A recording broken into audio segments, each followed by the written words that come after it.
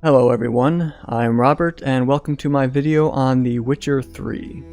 Before I get started, I'm going to provide a brief outline for everyone's convenience.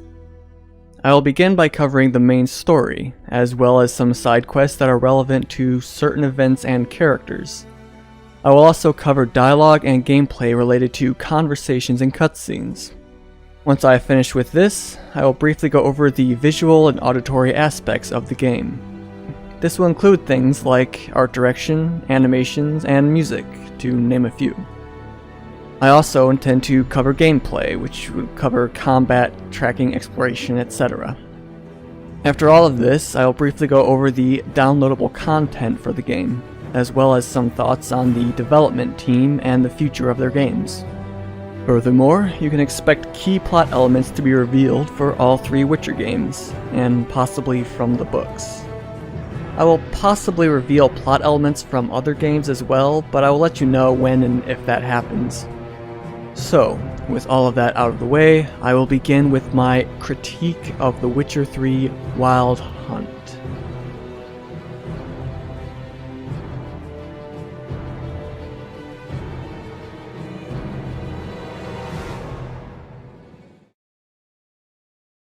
The game begins with a beautifully rendered cutscene showing the invading Nilfgaardian forces battling Temeria's army.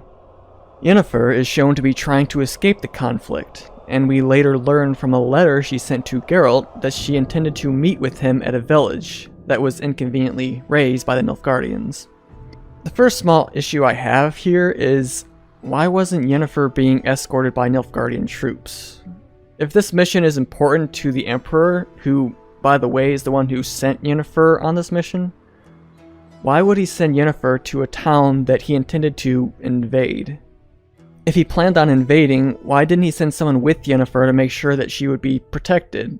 She seems pretty important to his future plans, and she's kind of high up in the royal court. You could maybe infer that it was a spontaneous decision by the Emperor, and maybe his forces made a mistake here, but I find it kind of odd nonetheless. Anyway, once the cutscene is over, we get this lovely transition from pre-render to endgame, and then quickly into Geralt's dream.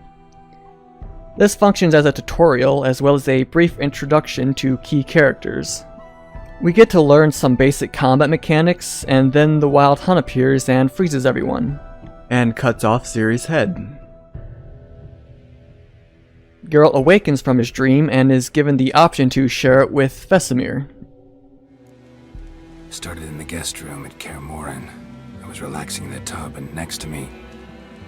Triss? Yennefer. Funny, isn't it? She's never been there. Seemed so real in my dream, though. Geralt mentions here that Yennefer has never been to Kaer Morhen. This is a small something that I will get back to much later in the video, but for now I would just like to point out that it exists. The two of them travel the battle-scarred countryside to an inn at White Orchard, roughly at the center of the area map. They ask the bartender about Yen, and she suggests they talk to the locals. The first people that most players will ask are these two fellows, but they don't take kindly to your mutations and will tell you to fuck off. Here you are given your first chance to use Hex, a Witcher spell that confuses your target and forces them to do what you want. It is important to note that there is a skill related to this ability, which allows you to use Hex for higher level conversations. You use it on this guy, and his friend notices this and shouts to all who will hear, before Geralt tells him to shut up. Geralt then asks a local Gwent player who doesn't know anything but offers up a game. I'll discuss Gwent later on in the gameplay section, but for now I will just say, I prefer dice. Geralt then asks a mirror merchant, who points you towards a local Nilfgaard encampment, and then he vanishes. After that, Geralt leaves the inn only to be confronted by more locals. They want you to know that your Khan is not welcome, and once again you can use Axii to confuse one of them and make the inevitable fistfight easier. After you defeat them, Geralt goes to the Nilfgaardian encampment to speak with their leader. However, he is already engaged in a conversation with a local farmer. Look at my hands. Look. See the calluses? These are not the hands of an excellency, but of a farmer. So we speak peasant to peasant. How much can you give? 40 bushels. There'd be more, sir, but our lads, the Temerians, that is, took from us earlier and... You will give 30, and that will do. Let us settle on it, and I wish to see the transport soon. Oh, thank you, sir. Thank you kindly. I summoned only the Elderman and the smith, Willis. But it is said he is a dwarf. You are too tall to be him. I would just like to say that I really like the Nilfgaardians. They always come across as sophisticated and well-mannered, but they also have a good wit about them. For example, when Geralt gets on his high horse and starts moralizing, the commander has a pretty good response. Buckthorn? I do not know this, but I am not yet fluent in the common tongue. Probably mastered the basics, though. Hands up. Kill them. No. First came idioms. Don't play with fire, for example. That's a pretty nice veiled threat. Anyway, the commander wants us to kill a griffin that has been causing problems for his army, as well as the local townspeople. And after we do that, he will give us the information on Yen. So, we investigate the griffin's nest, gather some seaweed to bait it, and then go get Vesemir. And here we have another small detail that I would like to mention. Vesemir is talking with this local farmer and asking him about nearby farmland. Good man. Whose field is that the other side of the river? By the wood. Boyan Klimmix. Good lad, Master Witcher. Though he... Yes, this Boyan. Will he venture out to inspect his grain anytime soon? What for? Harvest is a long way off yet. At first listen, you might think that this is a nonsense conversation. However, Vesemir is asking about this because he plans to use the farm to battle the griffin, and he doesn't want anyone to happen upon them and get injured. A nice detail that took me a while to notice, so I thought it worth mentioning. Anyway, Geralt and Vesemir go to the field and bait the beast. Then Vesemir gives Geralt a crossbow. Again, I'll go over this in more detail in the gameplay section, but the short version is that it sucks, and is only good for defeating underwater and airborne enemies. You attract the griffin, kill it, and take its head back to the Nilfgaardian commander. What the hell is this? Right. You take me for a blind man or a fool? This grain is rotten. I didn't know. So, a fool. Damn it, you never learn. Military Codex, Article 2, Section 3. For the delivery of defective goods, 15 lashes with a knout. Make it so. No! By the gods, no!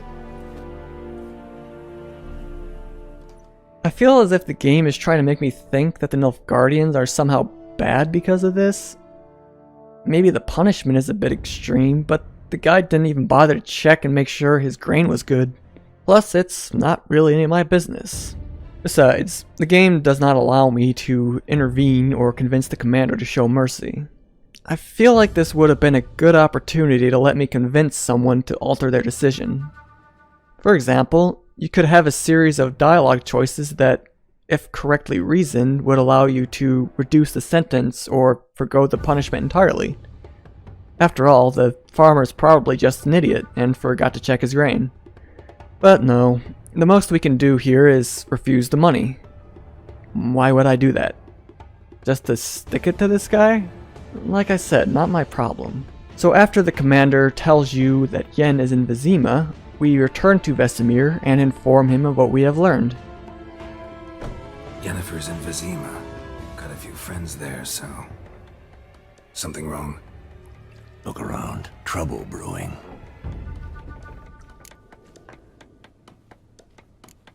Time we were on our way. I'll buy some provisions for the journey. Then we'll go. Geralt, we should stay out of it. Just this once. This whole scene is okay, but I think it's a missed opportunity. When Vesemir says that we should stay out of it, that seems to be implying that we have some sort of choice. I think it would have been more powerful if it were the player's choice as to whether or not Geralt stands up. If he gets up, a fight breaks out. If he stays seated, Vesemir returns and you both leave. This would reinforce Vesemir's statement about staying out of it, while also conveying to the player that intervening on someone's behalf could possibly go very wrong. Another thing that annoys me is how Geralt is upset over it. And to be clear, I understand that he would be upset, but I feel disconnected from this because it was not something I could control. If I had made the decision to engage, then I would actually be feeling how Geralt looks. It would make me more in sync with the character and make me more prone to consider my actions moving forward. Be gone, and don't ever come back.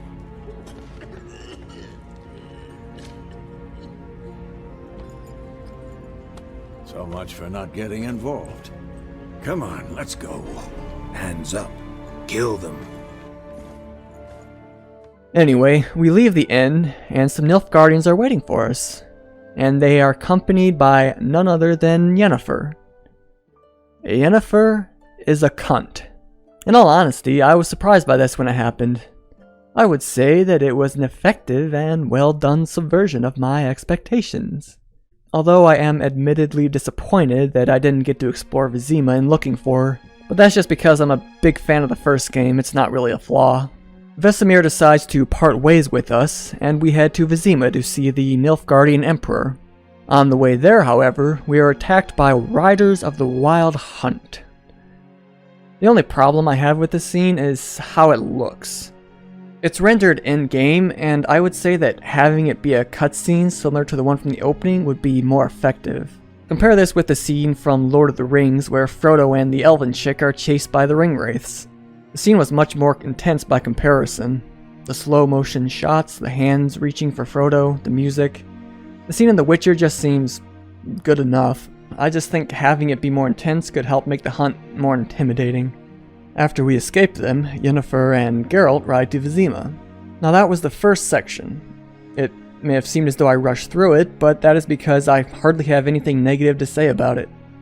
It's actually my favorite section in the game, and any of the criticisms I had I could easily overlook. There are actually some really great side quests too that I didn't even mention.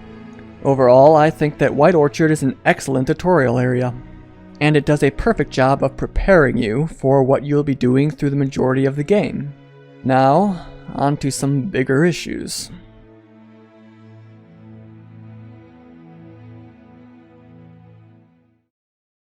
The next scene begins with Geralt taking a bath, while being assisted by 3 young maidens.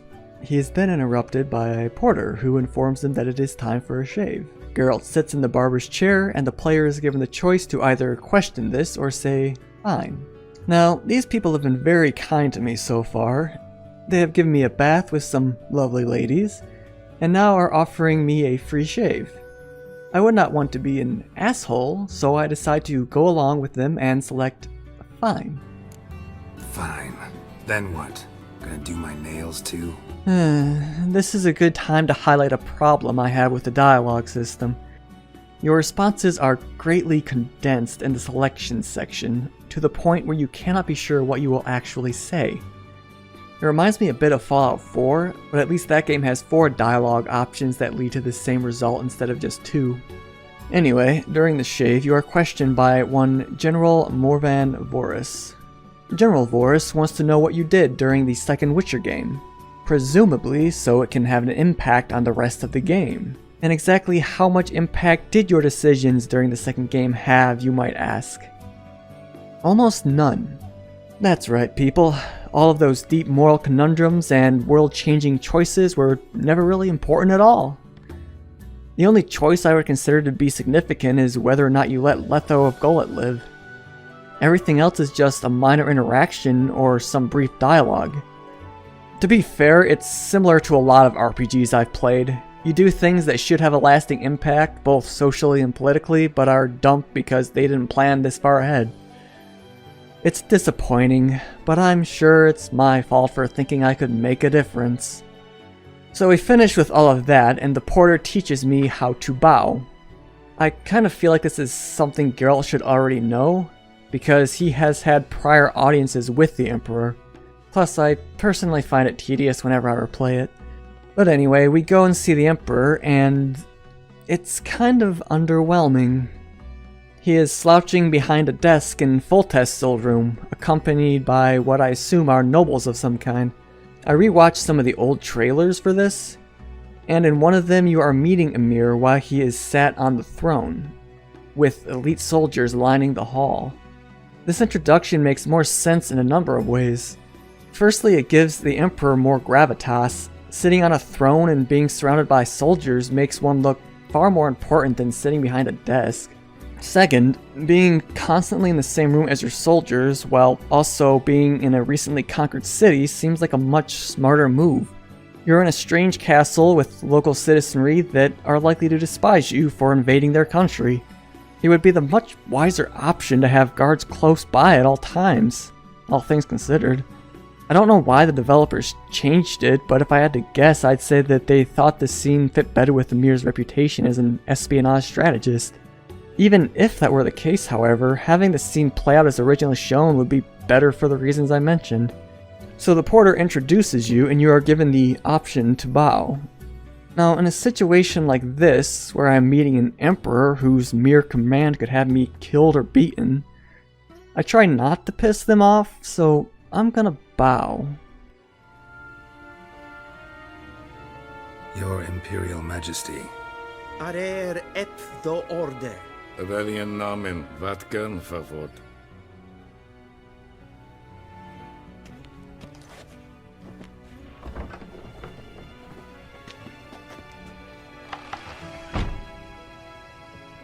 I thought you bowed before no man. Really? That's the first time I've heard that. And I've played both the prior games. Take it you didn't summon me to reminisce about the good old days, so... Geralt, why are you being an ass in front of an emperor? Rila, she's returned. And she's in danger. The Wild Hunt pursues her. You will find her and bring her to me. How many men in your army? 20,000? 30? So why me? You know why. Because she trusts you.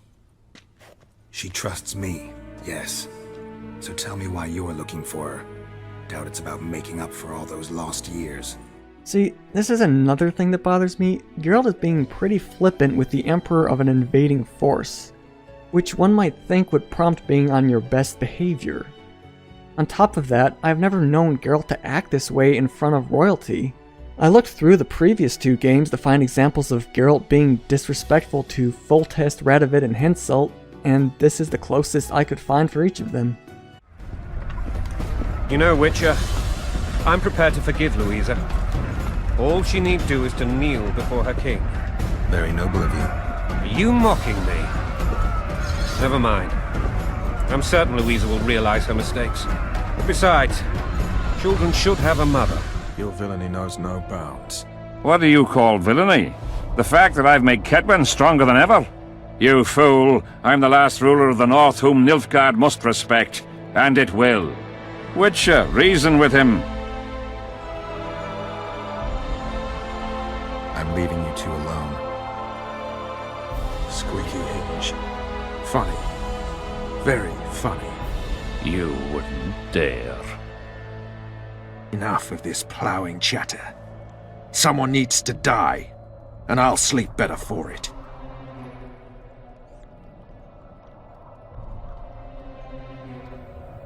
I am Henselt of Ardcarreg, the last of the unicorns.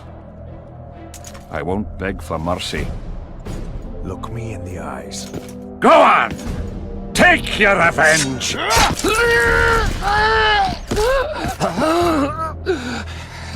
A flea has bitten a lion.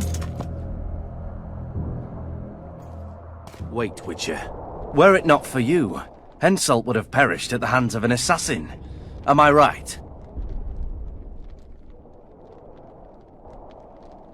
I killed a would-be assassin. Pure coincidence. I just happened to be there. Things like that oft seem to happen to you. Do you know how he died? I wasn't there. The first lie of the day, and the negotiations have yet to begin. How can I help you if you're not honest with me?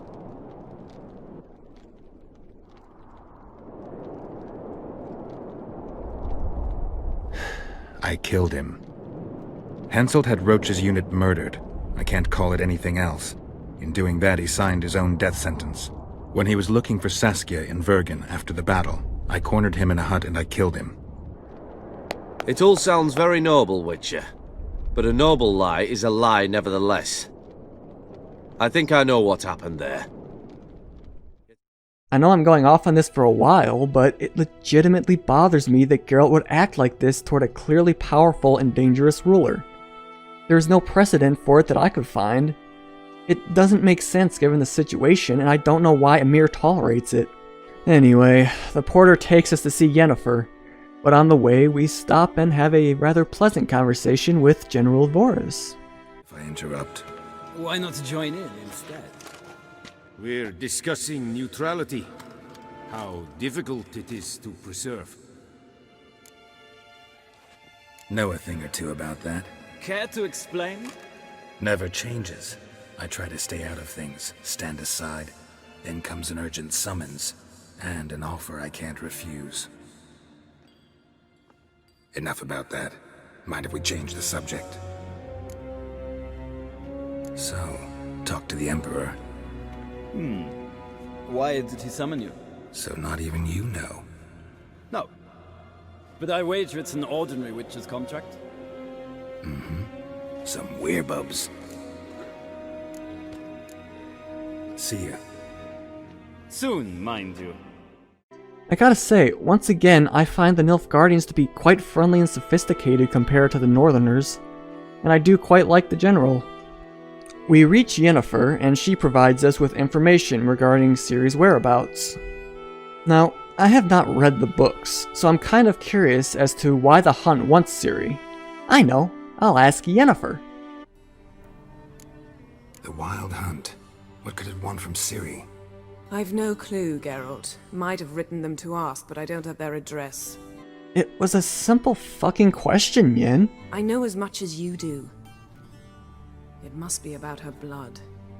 Her gift. But that's all you had to say. And just so we're clear, I'm not bothered by the sarcasm as much as I am the delivery. Yen has an idea of why the hunt wants Ciri, but instead of sharing her idea, she tries to make Geralt feel like an idiot. One thing before we go. Why didn't you contact me? Didn't need me? Didn't even want to see me? I didn't want to spoil things. I'd heard you and Triss made a great couple. Yen, I'd lost my memory. Really? That's your excuse? Well, yes, that is actually a very good reason for why that happened. So once you're done talking with the cunt of Venderberg, you leave Vizima and travel to Velen. This is more than likely the location that all new players will complete first, followed by Novigrad, then Skellige. However, for the sake of experimentation, we will be doing things in reverse, so it's off to the Skellige Islands.